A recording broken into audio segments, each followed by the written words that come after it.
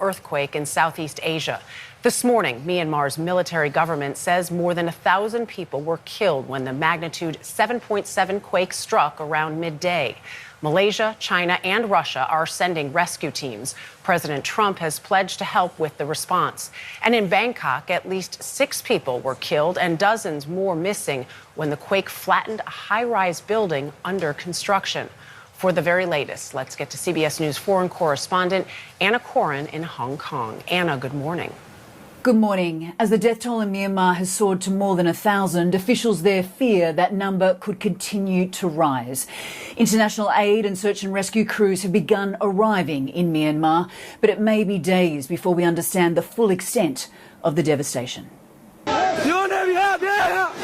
Panic and confusion on the streets of Mandalay, where a group of Buddhist monks watched in horror as an apartment building teetered and then collapsed.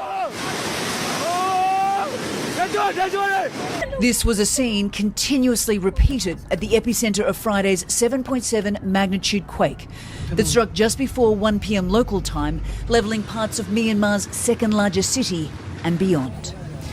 The impoverished country has been engulfed in civil war since the military junta seized power in a coup 4 years ago.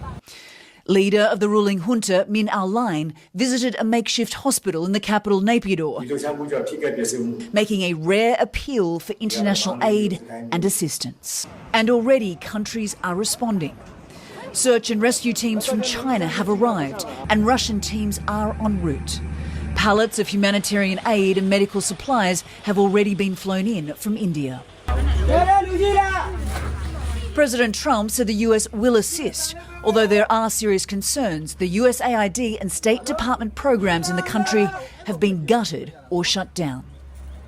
In neighbouring Thailand, distraught family and friends gathered outside the site of where a 30-storey skyscraper collapsed in Bangkok when the earthquake hit.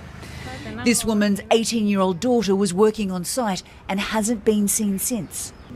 I prayed that my daughter was among those taken to the hospital already, she says. That's all we can hope for right now. Hopes and prayers that so far are going unanswered. At the collapsed construction site in Bangkok, there are thought to be dozens of workers buried under the rubble. Rescue teams there are going to be working through the night to try and find any survivors. For CBS Saturday Morning, Anna Corin, Hong Kong.